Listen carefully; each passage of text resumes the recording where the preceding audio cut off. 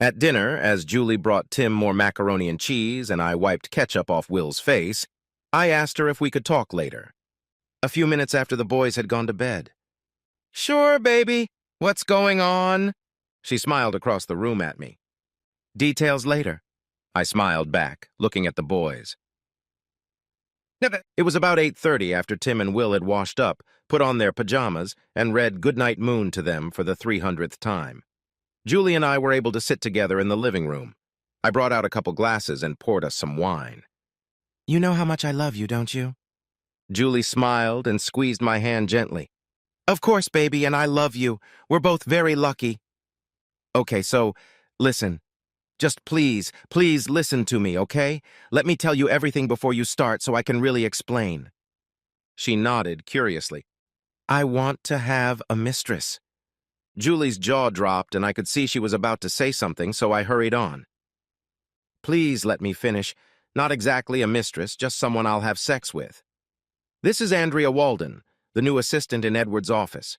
We became friends and had lunch with her a couple times, and it turns out she's been divorced for about 8 months and is hot as hell. We both think we'd be great together, and she totally gets that I'm married and committed to you, so it's not going to be an affair or anything like that. And the thing is, she's really hot. I think fucking her would be great, and I'm looking forward to doing it with her." Julie looked like she'd seen a ghost. I moved on. "Jules is really just for sex. I love you. You know that. And we have a great sex life. I love making love to you, and I'm not going to give that up at all. It's just, well, I feel the need for variety. I think it might help us, actually. Maybe bring back some of the spark we had when we first got together, which has faded a bit after 10 years. No matter what happens, you will always love me, and I will always be here with you, always completely devoted to you and the boys. I promise you won't lose anything. And I just can't do it behind your back. That would be cheating. So I decided the right thing to do was to just come and talk to you about it. I was sure you'd see it my way."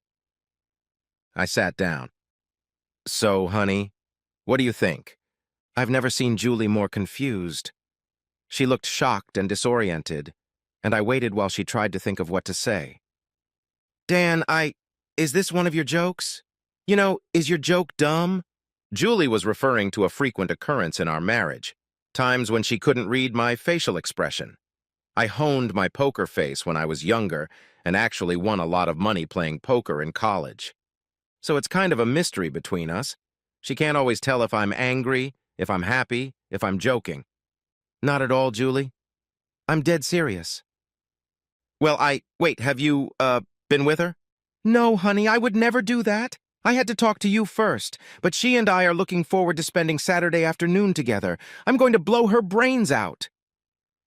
There was silence for a moment. Then she hesitantly said, "Honey, I just don't. I mean, what about our wedding vows? You know, leave everyone behind and all that." "Of course, Julie, we both promised that. But it's not going to be like replacing you or anything. You'll always be my wife, my mistress, my partner, the mother of my children. It'll just be a little fun I'll have on the side. Something to keep me young, add a little springiness to my gait. And I promise it will never affect anything between us." Julie looked more confused than I'd ever seen her. Pale, shaken, very worried. "Dan, I just, God, I have no idea what to say to you. How about you think about it, honey? Give me a day or two and we'll talk about it again, okay?" She nodded doubtfully. I think it's okay." "Awesome." I leaned forward and kissed her cheek. "Thank you, Jules. You're the best. I'm going to go see if I can watch the end of the Cardinals game. I'm going to go to bed soon." And with a smile, she got up and left the room. It wasn't long before I found out Julie was cheating on me. That's probably a good thing, because if I had discovered it all of a sudden, I would have just beat the shit out of her, put Will and Tim in the car, and gotten the hell out of town. But as things happened, it happened gradually. A little doubt, a hint of suspicion, some confused looks, new evidence, and finally the dreaded day when there was no longer any doubt about it. I don't even know what made me think at first. Was it something I'd noticed a couple times when Julie came home from work and went straight to the shower before she'd even had dinner? Or was it the subtle decrease in her interest in bed? No less frequent sex, but less enthusiasm. Either way, once I started to wonder, I began to see things I didn't like, and my surprise turned to concern. One day, she walked into the house and went straight to the bedroom without taking off her coat. When she returned a few minutes later, she had changed her blouse. So I waited until she was busy cooking, then went and checked the laundry basket in our bedroom. She had hidden the blouse to the very bottom in the hamper, and I could see why. It had a few stains on the front. Even then, and I suppose I'm a cautious man, I didn't make a scene with her. Julie and I were happily married, a very happy 8 years. Our 2 boys were 5 and 3 years old, and we both adored them. Julie was a terrific loving mother, and I would say a terrific loving wife. So I didn't confront her at the time, but I did buy a small tape recorder for her car and a discreet recording device for our home phone. I didn't have to worry about Julie using her cell phone at home because we didn't have good reception at home. Within 2 days, my worst fears were confirmed, and after another week of listening, I pretty much had all the information. She had been sleeping with Thomas Atlee, one of the 4th grade teachers at her elementary school, for about 3 months. And she was telling her best friend, Ruth, everything. It was easy for her and Atlee to find time at the motel a couple times a week because school ended at 2:30 and she didn't have to pick up the boys from kindergarten until 5:00. Julie usually stayed after school to work in the classroom a couple days a week, so I had no reason to wonder where she was. And on those days when they were bouncing in bed, the other teachers just thought she had gone home a little early.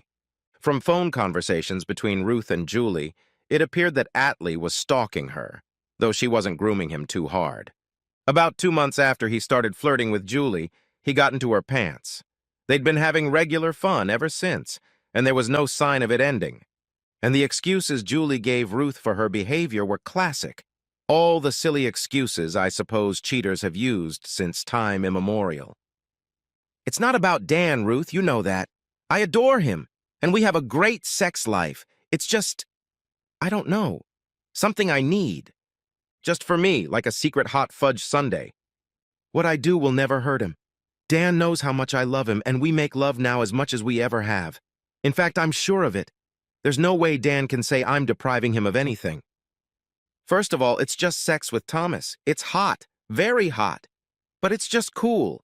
There's no romance, no honey, let's run away together, she giggled. I just want him and he just wants me, she giggled again. Or sometimes my ass, and that's okay. So there are no threats between me and Dan. In a way, it's probably even good for us. Because being with Thomas is, you know, exciting. It makes me feel young and sexy again, not a school teacher, housewife in her 30s. Dan gets a kick out of it. I won't even describe the pain I felt listening to all of this. She didn't say it all at once, but I recorded various conversations with Ruth. Apparently, she didn't talk to Atlee on the phone at all. They must have arranged brief meetings at school beforehand. The worst part was that she was happy. The laughter and pleasure, the fun she was having. I have a great marriage, a great husband, and having another guy's sex on the side makes it all that much better. I really wanted to kill her. I wanted to embarrass her at Thanksgiving in front of the whole family, or take pictures of her sleeping with Atlee and put on a slideshow for the Parent-Teacher Association. I wanted to go away with Tim and Will and leave her in an empty house, wondering if she'd ever see us again. I was having truly miserable days, and I couldn't completely hide my feelings. Even Julie noticed. She kept asking me why I was so depressed and trying to cheer me up. She made me peach cobbler, she got a babysitter and went to the movies with me. She even arranged for her mom to have the boys over for a sleepover Saturday night. She bought a sexy black nightie and a bottle of champagne and gave me a night of seduction and sex. My sick and angry heart didn't stop me from enjoying the 3 rounds of sex we had that night. I don't know what was in her head. Mine was, this is my slut of a wife, but she still seems to love me and want me to be happy, so I might as well enjoy what I get. But did it make me feel better about what was going on? About being a cuckold? Hell no. When I came in for breakfast the day after I told her about Andrea, Julie had changed. She got up very early and not only made the usual breakfast for the kids, but she made eggs, bacon, and pancakes for me. When I walked into the kitchen, she smiled at me, brought me a cup of coffee, and gave me a long, loving kiss. But the look in her eyes was timid, even frightened. "Good morning, Julie. Thanks for the coffee. The big breakfast looks great." She smiled happily.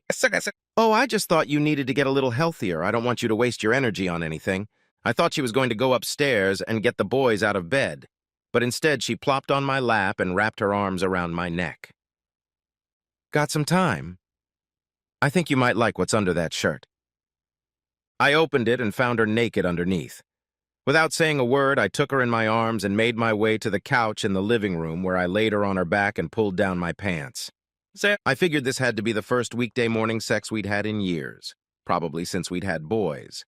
It didn't last long, but I savored every moment of it. And the rest of the week was full of similar surprises. Julie was attentive and very gentle.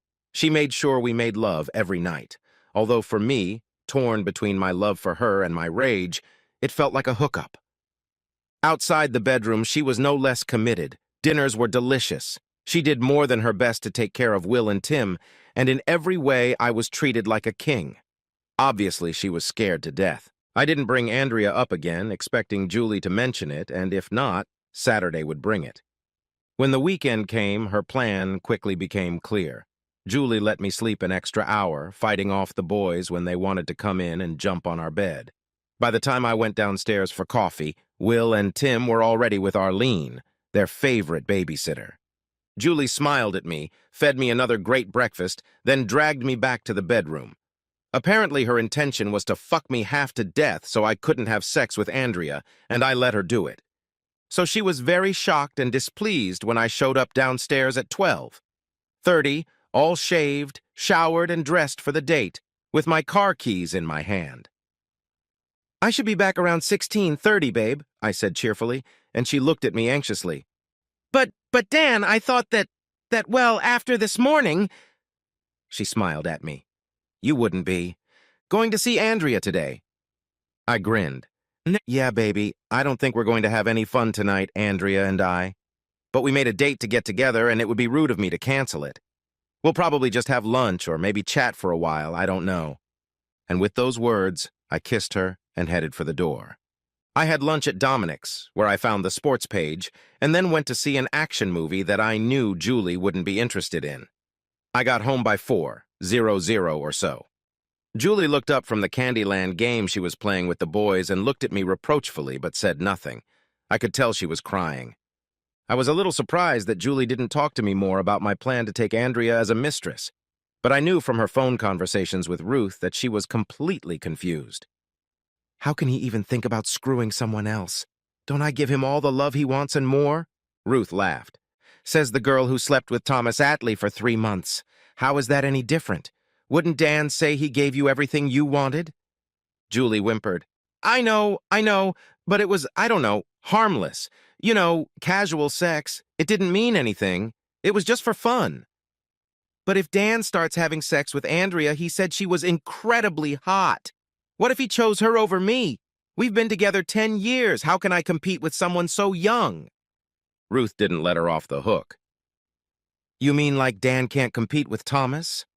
Damn it, Ruth. Whose side are you on? I'm really suffering here, and I have no idea what to do."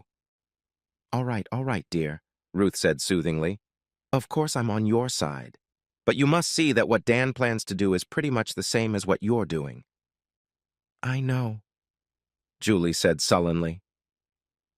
There was silence. "Well, I've made up my mind about one thing. I'm done with Thomas. I told him yesterday in the teacher's lounge. Sometimes I can't even believe I let it happen in the first place." Ruth snorted. "Let it happen? Julie, you say it looks like an accident, like you crumpled a fender or something. You've been sleeping with this guy for 3 months. Oh, shut up! What kind of friend are you?" Julie yelled, and there was a loud pop as she hung up the phone. Monday around 4 p.m., I looked up and saw a very angry Andrea Walden standing in front of my desk. "Is your wife a fucking psychopath or what?" Stunned, I got up to close my office door, then politely asked Andrea to sit down and tell me what was going on. About half an hour ago, a woman walked into my office and asked if I was Andrea. When I said yes, She leaned over my desk, jabbed her finger in my face, and told me that she was your wife and that I needed to stay away from you. I laughed out loud, then quickly stopped when I saw Andrea's furious look. I'm sorry, I'll explain everything. What did you say to her? I said I had no idea what she was talking about because I had no idea what she was talking about. Did she leave? No, she started yelling at me. You were her husband. She loved you, and I had no right to break up your marriage. After about a minute of this crap, I picked up the phone and told her I would call security if she wasn't out of my office in 10 seconds. So she left, but not before telling me one last, I'm warning you. What the hell is going on here, Dan? I'm so sorry, Andrea. I never imagined this could happen.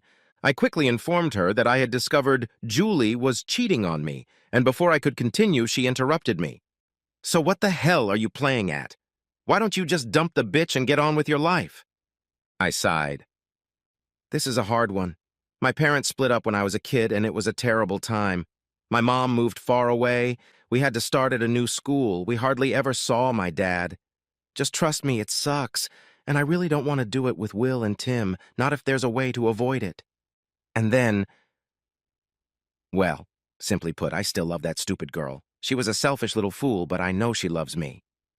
I told Andrea about the phone conversations I've been listening to for weeks. I don't know if we can get through this. Sometimes I'm so angry I can't see things, but I wasn't ready to just throw her ass out. Andrea looked thoughtful. How exactly did I get into all this? I laughed again.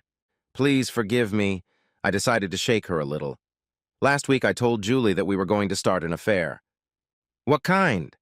Smiling, I told her the rest of the conversation. Okay, I guess, but why me? She smiled involuntarily. Okay, this question is a simple one. You are by far the most attractive woman in the building, Andrea. There isn't a real man here who wouldn't want to take you to bed. I've mentioned you a couple times to Julie before, and she had a good idea how hot you are. Andrea smiled and seemed to blush a little. What a lovely thing to say, Dan. I don't mind hearing it, though. So what are you going to do now? To tell you the truth, my plan hasn't fully matured yet. I never thought she'd come in here and get so hysterical with you. Obviously, the thought of me with someone else has really freaked her out. She's already finished her affair, and she'll obviously know that you'll come in and tell me about her little visit today. So I imagine that, when I get home, she'll explain to me why our relationship with you will reflect badly on our marriage. Though how she'll manage to say it with a serious face is unclear to me. Still smiling, Andrea walked to the door. Just before it opened, she turned to face me. Well, keep me posted, okay? I seem to have found myself at the center of all this thanks to your overactive imagination. And Dan? She winked at me. Let me know when we start our novel. I don't want to miss it. Julie was in thought when I entered the kitchen. A startled expression appeared on her face, but I ignored it. Hi, honey, I said, and kissed her cheek. How are the guys? They're fine. They're inside watching Barney. Listen, Julie, I want to... She interrupted me. How about we put this conversation on hold for later, okay?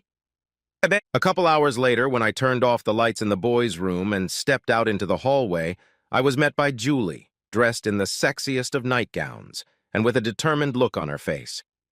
Without saying a word, she kissed me hard, snuggling up to me tightly, and then led me by the hand to the bedroom. When we got there, I wasn't as ready to play as she had hoped. I kicked off my shoes, settled myself at the headboard of the bed, and said, Anything to say about today's little outing? Oh, Dan, could we talk about it later?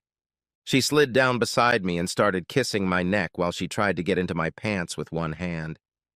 No, I said. I think this is a good time to talk. I gently pulled her away from me. Okay, honey, she said, visibly displeased. I waited. I assume Andrea told you about my visit. Uh-huh. Another pause. Well, I've been thinking about it, about what you told me last week. And I finally decided that I just couldn't do it. I couldn't let you start sleeping with someone else. So I went in there to tell Andrea to leave my man alone. That was it. And she pretended like she didn't know what I was talking about, so I got pissed. Why can't I fuck Andrea, I said calmly. I thought I explained to you all the fun it would be for me and it wouldn't hurt you or change anything between us. You know I love you, Julie. So what's the big deal? I've watched her struggle. She was in a desperate situation and I loved every minute of it. Dan, she said seriously, looking at me pleadingly, it's just wrong, that's all. We're married, and the only person you should be having sex with is me. What if you fall in love with her? What if if sex with her is hotter? God, she's beautiful. I saw her today. Those breasts and her legs. Honey, even if sex with her is better, it won't change anything between us.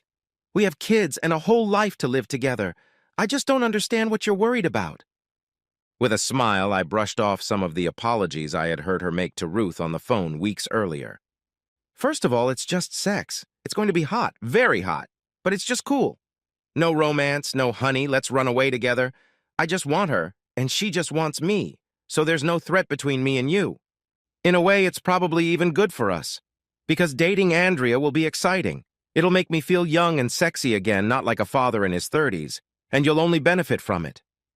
Something flashed across Julie's face, and I knew that my carefully chosen words had awakened in her memories of what? She had said to Ruth her own attempts to justify what she was doing. Darling, she began again, her voice trembling slightly. This is hurting me. A lot.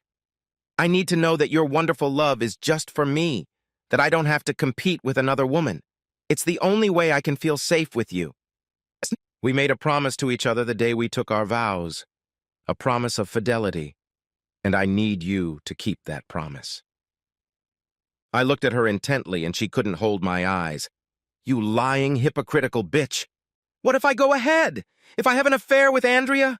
Are you going to divorce me? She started crying loudly. I don't know. But I can't believe you were so cruel to me. To risk breaking up our family over a new piece of ass. I waited a few minutes, watching until Julie calmed down. Then I said, Look, before I go on about Andrea, how about we consult an expert? I know a guy who knows all about adultery. What do you say we go to him and get his opinion? She nodded, looking a little less devastated. If you think it will help, Dan, I'm willing to talk to anyone who can help me convince you that this is a bad idea. What's his name? Thomas Atlee, I said, looking at her face. Her jaw dropped, and she went pale just looking at me. Without saying a word, I stood up and walked out of the bedroom. I slept surprisingly well in the guest room. The next morning, I was completely normal to Julie, completely calm and cheerful. She, on the other hand, was a wreck. She looked terrible, with deep circles under her eyes, and she paced around the kitchen like a ghost, unable to speak to me or even look me in the eye. And so it was that night at dinner. I didn't refer to Atlee or any of our previous conversations. I was polite and friendly with Julie, and my usual behavior with the boys. Julie spoke to me as little as possible in a muffled voice just above a whisper. She seemed completely terrified. Even Will was beginning to notice. He said, Mom, why are you talking so quietly? In an annoyed voice that startled her. After the boys went to bed, I relaxed and watched the ball game, noticing that Julie poked her head into the room to look at me, even though she thought I couldn't see her. But she didn't say a word. The next day at work, I returned from a noon meeting and found an envelope on my desk, written in the neat handwriting of Julie's fourth-grade teacher, addressed to, My dear husband, Dan. The letter was neatly written, too. Knowing my wife, she probably wrote several drafts before writing the final version. Dear Dan, I can't begin to tell you how ashamed I am of my selfish, thoughtless behavior. Your conversation with me about the affair with Andrea made me realize how painful it will be for me and how unforgivable my affair with Thomas was. You threw all my superficial reasoning in my face, and now I see how false and ridiculous it is. There is nothing that can justify me having sex with anyone but you and ever. How foolish and short-sighted I was to think otherwise. Now that it's too late to change it, I realize how much I must have hurt you. I know that saying how sorry I am is totally inadequate, but I am sorry. As sorry as I have ever been in my life. I pray that I have not irrevocably destroyed our marriage. that you can find a way to let me earn your forgiveness so that we can be a happy family again. I will do anything you ask of me, anything at all, to show you how much I adore you and how sorry I am for my pathetic behavior. I know you love boys with all your heart. Do you think there is any way to love me again? Your loving, silly wife, Julie? As I sat in my chair thinking about the letter, Andrea piled into my office and closed the door with a mysterious smile on her lips. Would you like an update? I set the letter aside. Sure. What's up? Sitting down, she said, This afternoon your wife came to see me for the second time. I might add that her behavior was very different from the first. Oh? Instead of anger and accusation, she was humble and pleading. The poor girl could hardly contain her sobs. You'd better tell me the whole story, Andrea. There's not much to tell. She entered timidly and said, May I speak to you for a minute? I came to apologize. I gestured for her to come in and sit down, and she said, I'll only bother you for a moment, Miss Walden. I had no right to shout at you the other day. I have no excuse, and I hope you will accept my apology. Now I know what Dan knows about. He knows that I, had an affair myself. So I hardly have the right to preach to him about fidelity, or to order you to stay away from him. And then she looked at me pleadingly. She was really wringing her hands. And she said, Please, Miss Walden, don't take him away from me. You're so much prettier than me, and I can't compete with you. Just please, just sleep with him and send him home to his family. I know that if you want to ruin our marriage, I can't stop you. By now she was crying, and I had to hand her tissues. He must be so angry with me, and I can't blame him. But I'm hoping that maybe, you two can have an affair just for sex, but he won't divorce me. We need him so much. Not just me, but our boys, who are only 5 and 3. And then she sobbed so hard she couldn't say anything else. So I let her calm down, and before I could answer her, she tried to smile and said, Thank you for your attention, and tiptoed out. I tried to visualize the scene. Julie must have been out of her mind to act so submissive to Andrea. I didn't know if it was guilt and shame, or just fear of losing me, or some combination, but she was clearly suffering. Well, Andrea, you definitely had more in common with my family than you ever wanted to. I have to apologize again for dragging you into the middle of all this. She smiled and said, This is actually starting to turn into a lot of fun, Dan. I can't wait to see what happens next. By the way, when do we start our novel? Her look was bold, even defiant. Oh, we started last Saturday. Really, just to tickle our nerves a little. I told Julie I'd meet you in the afternoon, and she screwed me 3 times that morning to get me to cancel. But I still spent the day with you. What did we do, huh? Her smile got wider. Well, I'm sure I enjoyed the kissing. But when is the caressing going to start? To my surprise, I saw that behind her teasing, she was completely serious. I'm not sure yet, I said. But trust me, you'll be the first to know. She walked over to the table, leaned over and kissed me, wrapping her arms around my neck. Then she stood up, saying, Don't keep me waiting too long, and disappeared out the door. The irony of sex with Andrea was not the same. She really did have a hot body, young, slender, and just gorgeous. But she's just not that responsive, and it turns out she's a little quiet underneath her sexy and somewhat aggressive image. So we hooked up 6 times, but it didn't last long. Honestly, it wasn't worth it. Sex with Julie, on the other hand, is better than ever. There's nothing like a combination of guilt and terror to turn your loving wife into a prostitute in bed. She clearly wants to make sure Andrea doesn't give me anything better than what I get at home, so she's struggling. The kids spend many nights and weekends with Julie's mom, and my ashes are taken out more often than ever, maybe 5 times a week.